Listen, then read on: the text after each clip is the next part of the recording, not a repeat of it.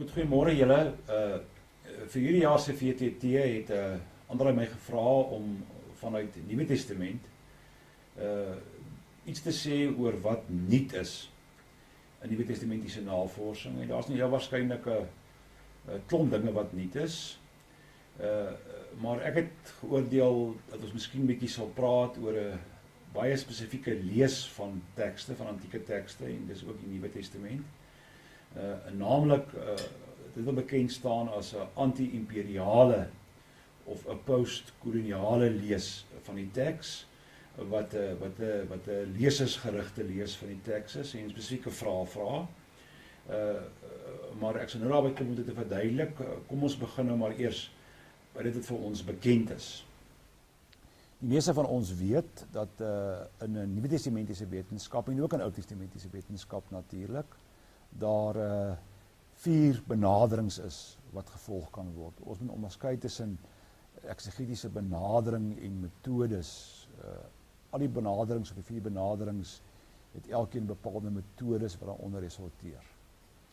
Maar daar het ons dit nou, die bekende historiese kritiese benadering, wat ons, meeste van ons op universiteit gedoen het, veral ons wat 'n bietjie ouer is. Dan die sinkroniese benadering, die resepsie estetika of die lesers georiënteerde benadering, en dan die nuwere benadering, wat eintlik al die benaderings omvat, ek sal later daaroor meer iets sê, die sogenaamde sosiaal-wetenskaplike benadering.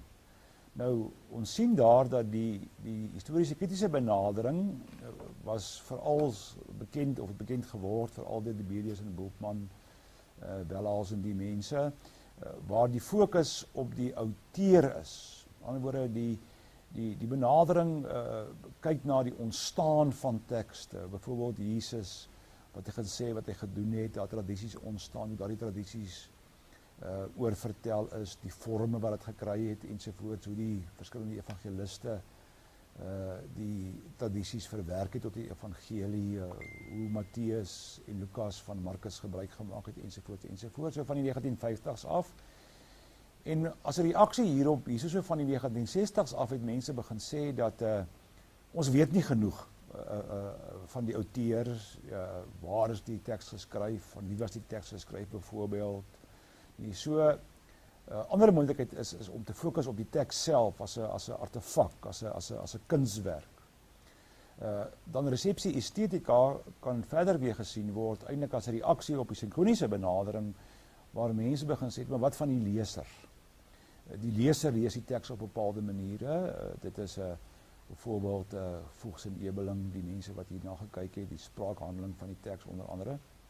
Maar so van die 1970s af is daarop gefokus, en dan van die 1980s af het ons 'n soort van 'n sambreelbenadering gekry wat na al daardie fasette kyk. En ek sal dit nou verduidelik. Nou, die metodes wat resulteer onder die benaderings is by die historiese kritiese benadering, is aan ons bekend literaire kritiek, waar ons tekste horisontaal lees, nie vertikaal nie, maar tekste met mekaar vergelyk, dieselfde perikope byvoorbeeld in Matteus, Lukas en Markus, of die tekste in Lukas en Matteus wat waarskynlik van die afkom. Tradisionsgesigte kyk hoe die tradisies ontwikkel het, oorvertellers, die vormgesigte, die sits en lewen van die tekste, wat 'n bepaalde sits, 'n bepaalde situasie, 'n bepaalde vorm aan die teks gegee het, en dan redaktionsgesigte. Willie Markson se werk op Markus is eerste op Markus, en Koelman se op Lukas, en Boromkamp op Matteus, ons almal is daarmee bekend. In sinkroniese benadering, daar het ons iets soos narratologie, jy kyk na evangelie as 'n vertelling, die bekende struktuuranalise, die bekende Suid-Afrikaanse redingsvoeranalise van Janie Lou en daai mense, nuwe retoriek. Onder resepsie estetika, waar ons fokus vanoggend val, die anti-imperiale lees, is ook byvoorbeeld feministiese lees van die teks, 'n materialistiese lees van die teks, waar ek aan die ekonomiese geleidinge van die teks kyk, of dan spraakhandeling, dekonstruksie, en dan die sosiaal-wetenskaplike benadering, wat gebruik maak van kruiskulturele modelle en teorieë, is eintlik 'n sambreelbenadering, en die mens kan dit met die volgende skyfie, kan 'n mens dit mooi verduidelik. Daar het ons die gewone verstaan van kommunikasie, outeur skryf 'n teks aan 'n leser, en die historiese kritiek het aan die outeur aangegee, die sinkoniese lees van 'n teks, aan die teks as sodanig, vra nie wie die teks geskryf of wie was dit geskryf nie, analiseer die teks in terme van sy inhoud, is 'n teks immanente lees van die teks. Resepsie estetika wat op die leser fokus, en dan die sosiaal-wetenskaplike lees van die teks eerstens fokus ook op die teks, omdat dit fokus onder andere op die strategie van die teks. Maar dit fokus ook op die situasie van die teks, wat beteken dat ons kyk hier na die sosiale wêreld waaruit die teks kom. En nie soos by die stoïese kritiek wat ons dan vra, waar het wat wanneer gebeur nie, maar as jy wetenskaplik lees vra, waarom het dit gebeur? Hoekom gebeur? Maar dit gaan oor die sosiale dinamiek. Dit is goed soos eer en skaamte, beskerm hier onderdaan, ons gaan altyd 'n bietjie daaroor praat. Nee? En dan fokus dit ook op die leser, en veral fokus dit hier op die kultuurwêreld van die leser, teenoor die kultuurwêreld van die outeur, die skrywer. En wanneer 'n mens dan oordeel hierdie benadering of redeneer hierdie benadering dan moeite maak met die kultuurwêreld van die teks, die sosiale geleidinge van die teks, die dominante cultural scripts, soos ons kan sê, dominante waardes van daai wêreld. En dan kan ons seker maak dat ons nie oordeel dat ons kultuurwêreld soos daardie kultuurwêreld is nie. Ons sal dus nie die teks anachronisties lees of etnosentristies lees, die woorde wat gebruik word nie, maar almal dis 'n benadering wat al die ander benaderings soos dit ware eintlik ontsluit. Nou goed, wat is nuut? Ek het nou reeds gesê, ons gaan 'n bietjie kyk dat die anti-imperiale lees of 'n postkoloniale lees van tekste wat onder die resepsie estetika of onder die lesersgeoriënteerde lees van tekste val, is 'n nuwe benadering. Dit is nie so nuut nie, is so van die 1985, 80s, 1990s wat baie gewild begin word het. En hierdie lees van die teks het bepaalde uitgangspunte. En die eerste uitgangspunt is dat ons 4 sosiale instellings in alle samelewings het, ook in die eerste eeu, en dat hierdie 4 sosiale instellings nie van mekaar geskei kan word nie. En daar toon ek nou die 4 instellings, dit is die familiale instelling, dan het jy daarteenoor het jy die politieke instelling, en dan het jy die godsdienstige en die ekonomiese instelling. Nou, as ons sê dat hierdie instellings nie van mekaar geskei kan word nie, dan beteken dit eintlik dat 'n mens nie kan praat net van godsdiens nie, maar daar is iets soos 'n familiale godsdiens. Wat byvoorbeeld nou die Jode in Palestina, eerste eeuse Palestina of Galilea, 'n familiale godsdiens sal Jahwe, aanbidding van Jahwe wees. En die familiale ekonomie sal klein boere wees wat hulle eie grondjie verwerk en bewerk om genoeg te oes, om genoeg oor te familie te kan versorg, te kan ruilhandel te kan bedryf waar dit nodig is vir ander produkte. Dis nie 'n ekonomie wat wil vermeerder nie, wat wil uitvoer nie. Ekonomie wat wil genoeg hê om weer te kan plant volgende jaar en nie weer te kan bestaan. Dan het jy ook 'n politieke godsdiens. Dit sal byvoorbeeld die Romeinse Ryk wees met Jupiter, die keiserkultus, of nou iets daaroor meer sê. En dan 'n politieke ekonomie wat totaal 'n ander fokus het as 'n kulturele of 'n familiale ekonomie, maar dit wel gaan om die verbouing terwyl van uitvoer, wingerde, wyn, druiwe ensovoorts. Daar het ons dit. Ons kan praat van 'n familiale godsdiens of 'n familiale ekonomie of dan van 'n politieke godsdiens en 'n politieke ekonomie. Nou, die belangrikheid hiervan is dat ons dus moet verstaan dat geen teks, soos byvoorbeeld in die Nuwe Testamentiese teks, antieke teks met daardie sosiale instellings wat in mekaar ingebed is nie net altyd 'n godsdienstige teks nie. In ander woorde, 'n Bybelse teks, soos Markus of Tessalonisense of Johannes, gaan net 'n paar voorbeelde vir ons gee, is in wese gelyktydig godsdienstig, polities en ekonomies. Met ander woorde, in hierdie benadering word tekste gelees in terme van hulle kulturele, godsdienstige, politieke of politiese en ekonomiese bedding. Met die uitgangspunt dat 'n teks altyd die produk is van 'n bepaalde sosiale konteks. Met ander woorde, as jy die sosiale konteks van die teks nie verstaan nie, dan sal jy die teks as sodanig basies ook nie kan verstaan nie. En die hooffokus dan van hierdie anti-imperiale of postkoloniale lees van tekste is dat daar gefokus word, soos 'n feministiese lees fokus op feministiese aspekte van 'n teks, of 'n materiële lees fokus op ekonomiese aspekte van die teks, 'n anti-imperiale lees as deel van die lesingsgeoriënteerde benadering fokus op mag en uitbuiting in die teks. En hoe tekste gesien kan word as 'n antwoord of 'n reaksie op bepaalde mag en uitbuiting wat deel van die sosiale konteks was waarin daardie teks tot stand gekom het. Goed, kom ons gaan kyk dan nou in die derde plek na die kulturele, godsdienstige, politiese en ekonomiese bedding van die Nuwe Testament. Uiteraard is hierdie 'n konstruk, maar kom ek bied my konstruk aan. Daar's ten minste eensgesindheid onder navorsers dat die Nuwe Testamentiese wêreld 'n gevorderde agrariese wêreld was. Agraries, jy kan plant. Gevorderd agraries is jy kan nou al 'n klip smelt en 'n ploegskaar daarvan maak en 'n os maak om jou ploeg te trek. So is 'n gevorderde agrariese wêreld. Palestina, deel van die Romeinse Ryk, waar die keiser beheer het, wat homself die titel vader van die vaderland toegeëien het. Nou belangrik is dat alle gevorderde agrariese wêrelde of samelewings sonder uitsondering aristokraties van aard was. Wat beteken dit? Die samelewing was verdeel tussen die wat het, die regerings of die elite, en die sogenaamde have-nots, die wat nie gehad het nie, naamlik die onderdane of die nie-elite. Nou as mens nou breedweg kan praat oor hierdie samelewing, ek dink byvoorbeeld nou aan Galilea of dink aan Judea byvoorbeeld, dan het hierdie regerende klas maar 2% uitgemaak van die bevolking.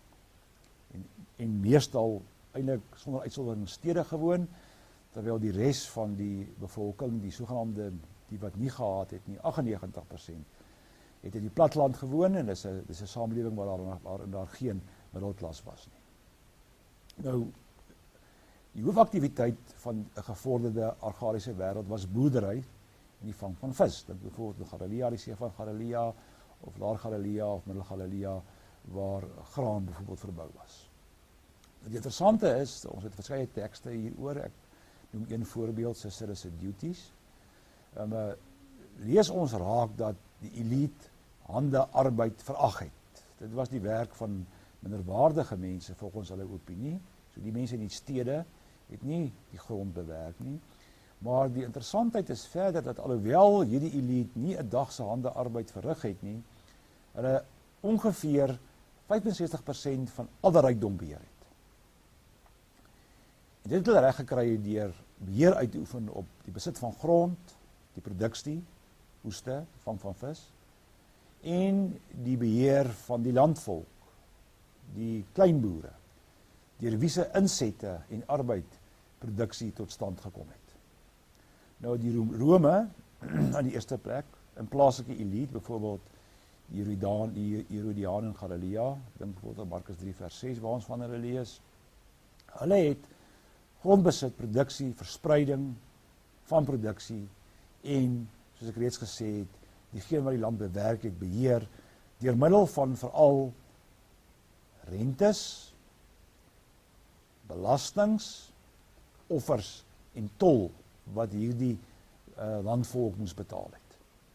Die landvolk was normaalweg aan 3 vorme van belasting blootgestel. Die eerste was die belasting wat uit die keiser betaal moes word, wat uit grondbelasting bestaan het, uit kopbelasting bestaan het. En op hierdie wyse het Rome beheer uitgeoefen oor die land en ook diegene wat die land bewerk het. Maar ook was daar belasting betaal op die sogenaamde surplus van die oes. En deur hierdie belastings te hef, het hulle beheer uitgeoefen oor alle fasette van die kleinboere se wêreld eintlik. En nie betaling van hierdie belasting was gesien as 'n teken van opstand, ontkenning van die sogenaamde soewereiniteit van Rome oor die land, see en arbeid en produksie. Ek sê later daaroor 'n bietjie meer. Nou, tweede in die ry was die plaaslike elite, byvoorbeeld Herodes Antipas. Ons weet byvoorbeeld dat Herodes die Grote het byvoorbeeld die tempel herbou, daarvoor was belastinggeld nodig. Hy het Sepphoris gebou, of ons nie die Nuwe Testament lees nie, maar 'n baie belangrike stad was in Galilea. Dit was eintlik die administratiewe sentrum om al die belasting te hef van die klein boere wat graan verbou het. Ons weet byvoorbeeld dat Herodes Antipas het Caesarea Maritima gebou, hy het Sepphoris herbou. Ons weet dat keiser Tiberius het Tiberias gebou by die see van Galilea om weer uitoefen oor die visvang om daar die belasting te in. So daarvoor was belasting betaal word. En dan laaste in die ry, veral in die geval van sogenaamde indirekte regering soos Judea, wat in 4 na Christus nou onder beheer van Sirië gekom het, met 'n gouverneur of dan 'n Prelaco Pontius Pilatus in ons geval, was dan die tempel aristokrasie wat namens Rome geregeer het. En ook hulle gedeelte opgeëis het in die vorm van tiendes en offers vir die instandhouding van die tempeldiens en sovoorts. Dan die weermagkarakter van die Romeinse bewind, baie sterk weermag gehad. Jy het eintlik belasting betaal om seker te maak dat jy in lyn bly, dat daar 'n weermag kon wees. En belangrik om ook te besef is dat die elite het grond beskou as hulle eiendom. Hulle het land oorgeneem, dis hulle eiendom, en hulle kon die grond verdeel of herverdeel soos hulle wou, veral in terme van hulle eie belang. Soldate wat afgetree het grond gekry, groot plase gekry ensovoorts. Dan sien ons ook dat waar kleinboere nou al die rentes moes betaal vir die huur van grond, huur moes betaal, belastings moet betaal, tol moes betaal, ook in die geval van Galilea en Judea moes heffings betaal en moes tempelbelasting betaal.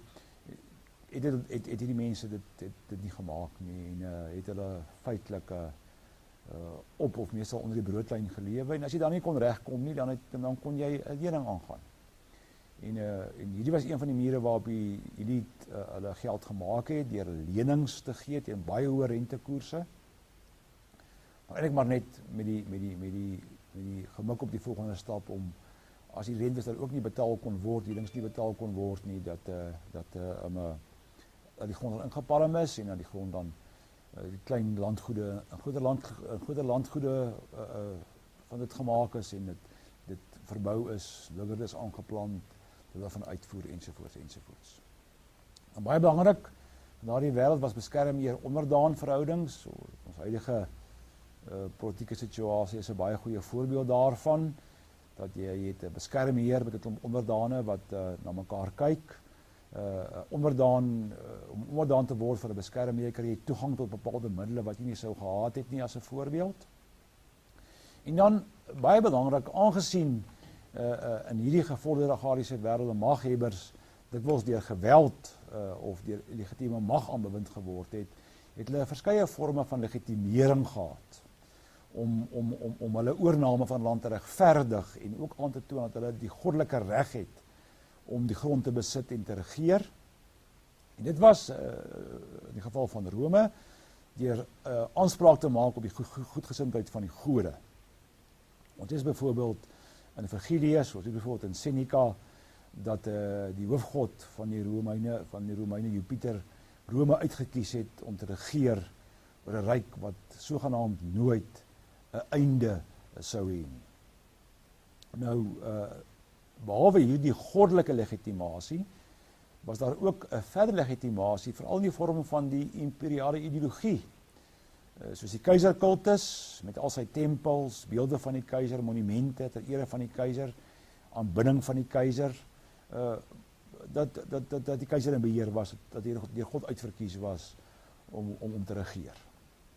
Die keizer was beskou as God, ek gaan nou meer daaroor iets sê, en belangrik in terme van die keizerkultus en die beskouing van die keizer as God, hierdie vergoddeling van die keizer het sy begin in 42 voor Christus gehad, met die sogenaamde Juliaanse ster, wat bekend staan as die vergoddeliking of die apotheosis, met die Griekse woord apo en theos, van Julius Caesar. Nou die vertelling is hier, of die legende hier is dat nadat Octavianus, wat nou later Augustus geword het, wat Julius Caesar se aangenome seun was, na hy nou vir Marcus Antonius en Cleopatra by Actium verslaan het, het hy 'n groot spele aangebied en daar was 'n komeet, of daar het 'n komeet verskyn tydens die spele en Octavianus wat nou nie te dom was nie, het onmiddellik die geleentheid aangegryp en gesê,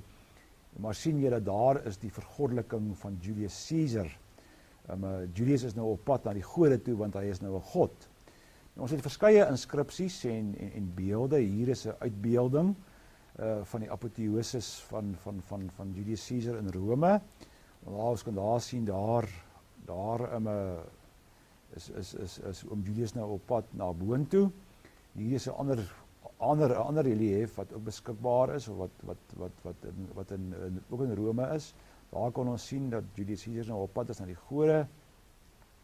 Is ook altyd 'n arend of arende sien in so 'n uitbeelding, wat die magtigste voël was, die simbool van die keiser. En die implikasie dus hiervan was gewees dat Augustus of Octavianus toe nou geredeneer het, maar as Julius Caesar God was en hy is Julius Caesar se seun, dan is hy mos nou die seun van God. Wat in Latyn nou bekend staan of vertaal word met die Divi Filius. En hierdie sogenaamde goddelikheid van Augustus, wat nou later hierso so in 24 voor Christus op die senaatstoer tot Augustus gedoop is, om iets van sy goddelikheid te sê. Ons veral op munte uitgebeeld. Ons het verskeie munte. Daar kan ons byvoorbeeld een munt sien waar ons sien dis nou keiser Augustus daar, en daar sien ons Divi Filius, seun van God. Daar kan ons sien munte van Augustus. Daar word gesê hy is Divi Filius. Daar kan ons sien is Divi Filius. Interessant is hier is 'n skyfie wat 'n gedeelte wys van die biblioteek van Celsus in Efese. As 'n mens nou in Efese kom, of althans die 5de Efese, daar was 4 Efese gewees. Jy stap nou af in Kuretestraat en onder by die punt net so links van die amfitheater waar Paulus wat ons Handelinge van lees nou sy preekies gepreek het, so op die regterkant van die biblioteek van Celsus, teen een van die mure wat so regs uitkom uit die biblioteek uit, kry ons hierdie inskripsie ook waar gesê word Augustus Divi Filius, en daar sien ons ook hy is Pontificus Maximus, ek sal nou daaroor 'n skyfie wys. Goed, daar is die skyfie. Augustus het hom ook self die titel toegeken van Pontifex Maximus, die vernaamste brugbouer, en daar is die tempel van Augustus in Rome. En soos ons weet, tempels word dit vir gode gebou, omdat Augustus as 'n god beskou was. En nie vir interessantheid, Tiberius is die ander keiser wat regeer in die tyd van Jesus. Hy het ook homself as seun van God gesien. Daar sien ons daar sien ons Maximus Pontimus, en as ons nou die akronieme kry daarop, dan sien ons daar hy is Divi Filius. As ons 'n bietjie kan teruggaan, dan sal ons daar sien dat daar die Divi Filius daar staan. Goed. Nou 'n verdere tentoonstelling of 'n vorm van legitimering was die bou van infrastruktuur, so stede, paaie, wat sogenaamd gewys het hoe goed hierdie Romeinse ryk is. Dit was eintlik maar tot voordeel van die Romeine. Ek bedoel, die paaie was vir die vervoer van produkte wat uitgevoer was, waterkanale was eintlik maar vir hulle eie voordeel. Die landvolk het nie veel daar uitgeput nie. Maar belangrik, en dis waarby ek wil kom eintlik vandag is hulle het hulle mag verder gelegitimeer deur alle forme van kommunikasie te beheer. Byvoorbeeld retoriek, ons het nou klaar gesien die munte byvoorbeeld wat 'n bepaalde retoriek was, en ook inskripsies.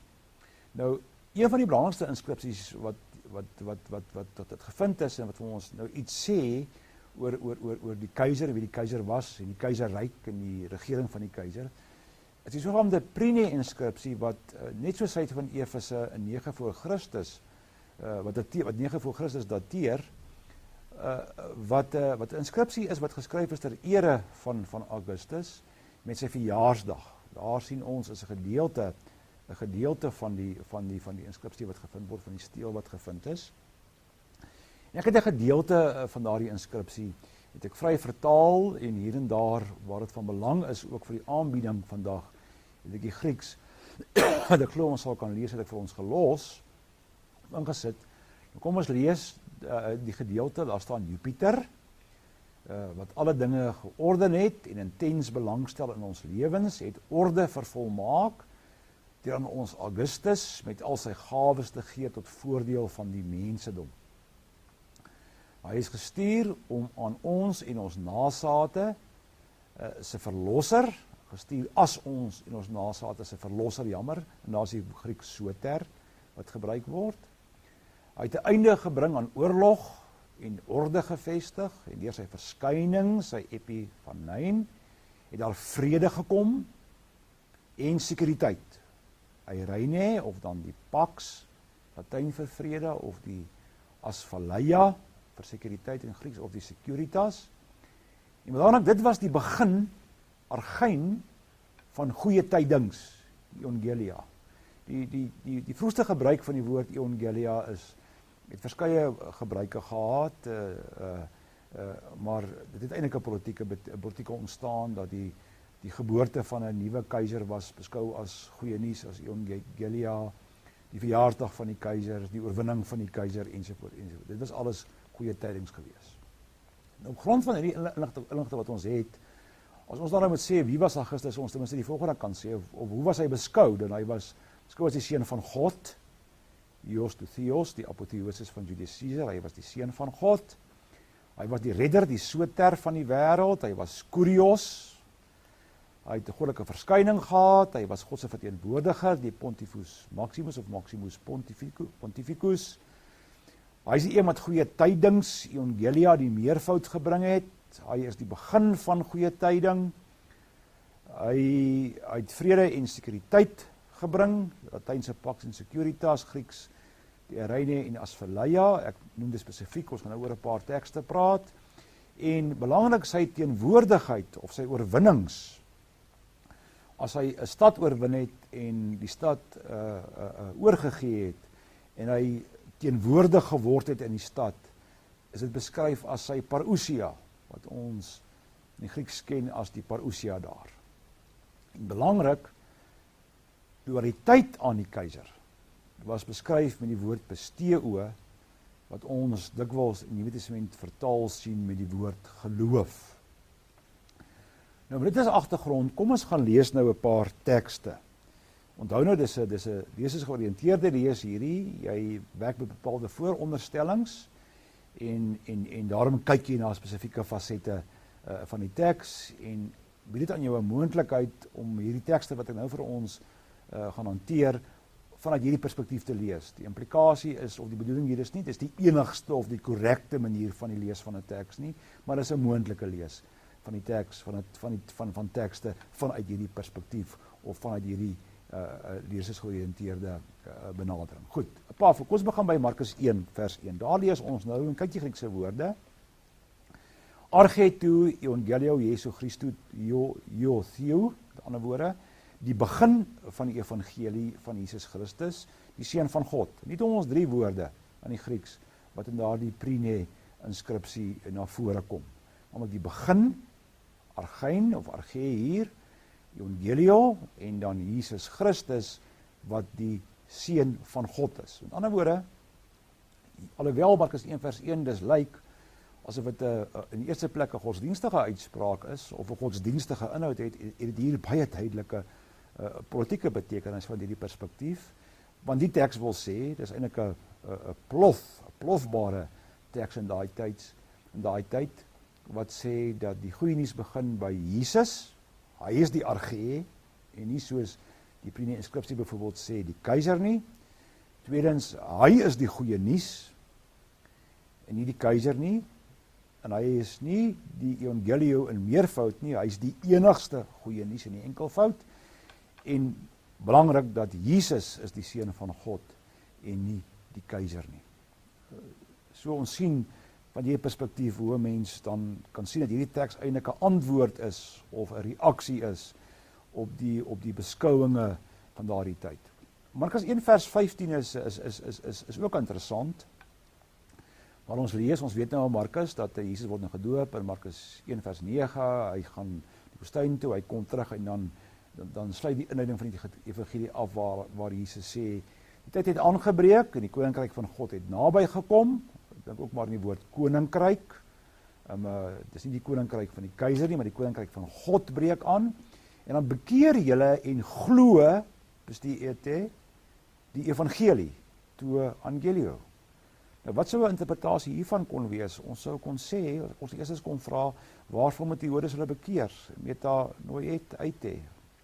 Jy waarskynlik hulle met hulle bekeer, of hulle met anders begin dink oor hoe die wêreld werk. En hulle moet ophou om lojaal te wees aan die wêreld wat die keiser geskep het, maar hulle moet lojaal wees waaraan aan die evangelie, aan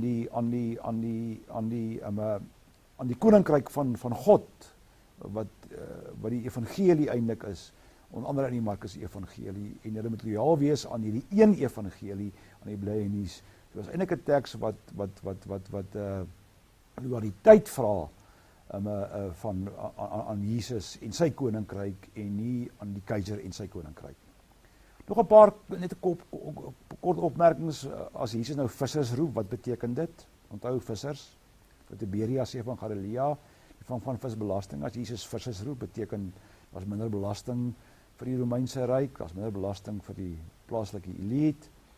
Of mens sou selfs kon vra, wat sou die implikasie wees vir die vermeerdering van die brood en die vis? Dit is graan wat belas is, dit is vis wat belas is. Jy moes belasting betaal voor jy kon eet, en as Jesus die brood en die vis vermeerder, is die implikasie natuurlik vanuit hierdie perspektief, dat Jesus mense voed, sonder dat daar belasting betaal word aan die Romeinse ryk. Kom ons gaan na 1 Tessalonisense, 'n bietjie na 'n paar Paulus-tekste toe, en ek gaan 2 voorbeelde gebruik uit 1 Tessalonisense. En kom ons lees eers hierdie teks. Ons weet nou dat in die Tessalonisense brief is een van die vrae van die gemeente, vra oor die wederkoms. Hulle vra, Paulus was nou hier, hy het 'n Tessalonisense verkondig baie nabye toekomsverwagting, en nou het 'n paar mense al gesterf, en die wederkoms het nie plaasgevind nie. Dis die eerste vraag, wat gebeur met daardie mense?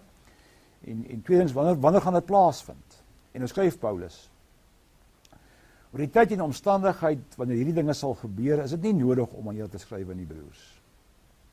Julle weet self maar al te goed, dat die dag van die Here onverwags kom, soos 'n dief in die nag.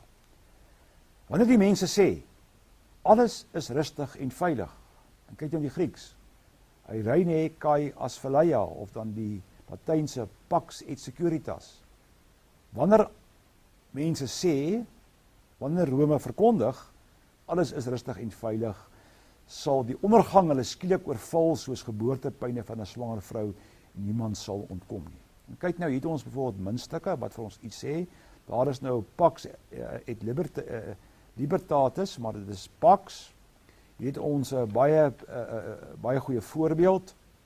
Dit is 'n altaar wat opgerig is by Praenetse, was 'n plek met die naam van Palestrina in Italië, tot ere van Augustus, en dat hy die Securitas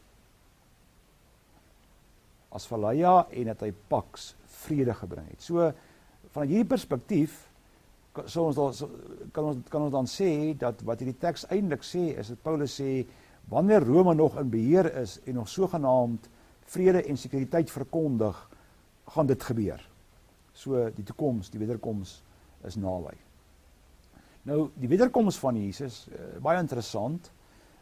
Ons weet nou, wanneer die keiser byvoorbeeld nou is oorlog gemaak het, en hy was op 'n punt om 'n stad te oorwin, en die stad het in die wit vlaggie opgesteek en oorgegee, dan het gewoonlik die keiser gestaan by die ingang, by die hoofingang, die hoofpad of die hoofstraat of straatjie wat ingaan in die stad toe. En dan het die keiser se trompet geblaas. En dan die keiser na die stad toe gestap, en langs daardie hoofpad gewoonlik het jy die grafte gehad van die wat reeds gesterf het.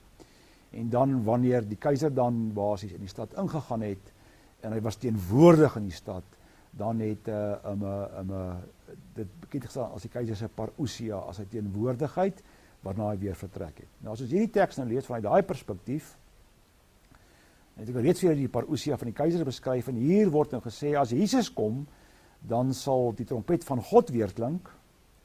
Baie interessant, en wanneer Jesus dan aan die stad toe kom, dan sal die wat weeskante van die ingang van die stad waar hulle begrawe is, sal opstaan, en daarna sal die wat nog lewe, die wat nog in die stad is, saam met hom na die wolke toe weggevoer sal word, waar hulle dan altyd by die Here sal wees, en nie die tydelike teenwoordigheid van die keiser sal beleef nie.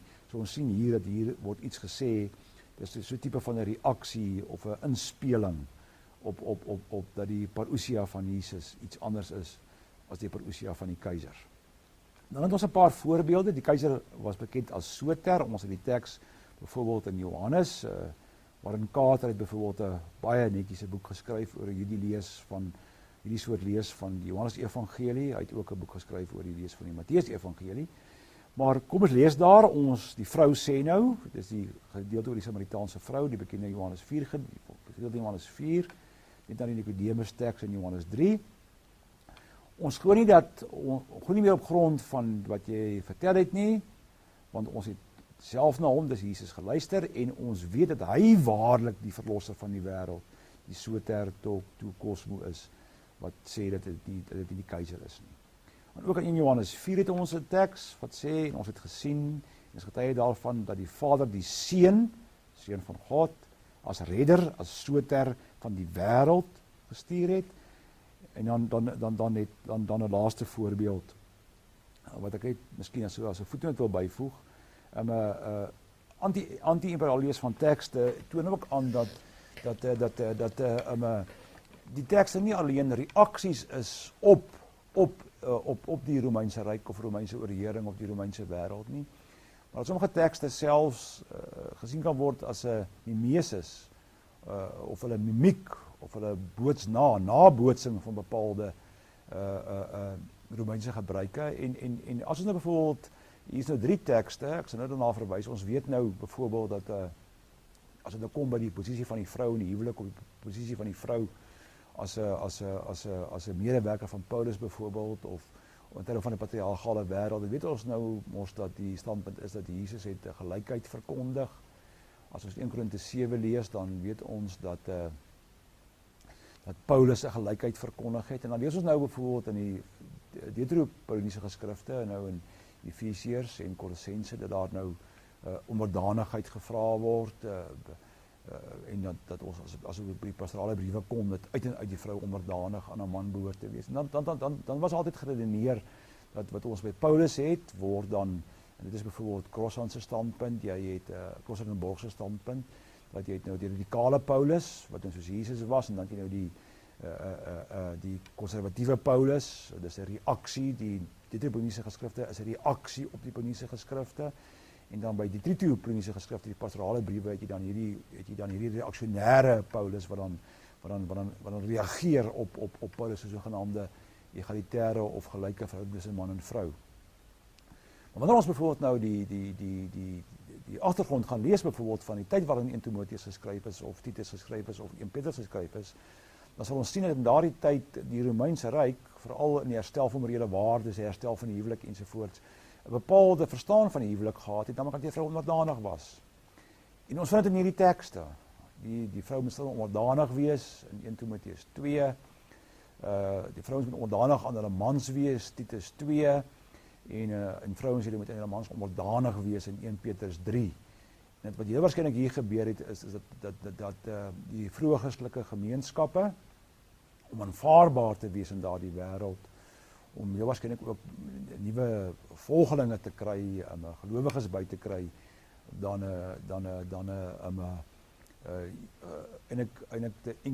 te enculturate, na te boots, wat die aanvaarde basies daardie wêreld was. So dan is dit, dit is my aanbieding dan, wat ek graag met julle wil deel, wat gaan oor 'n anti-imperiaal lees van tekste, en julle is baie welkom om my te kontak as julle meer hiervan wil hoor, of as julle literatuur wil hê, wat spesifiek hieroor aanloop. Baie dankie vir die tyd en die aandag.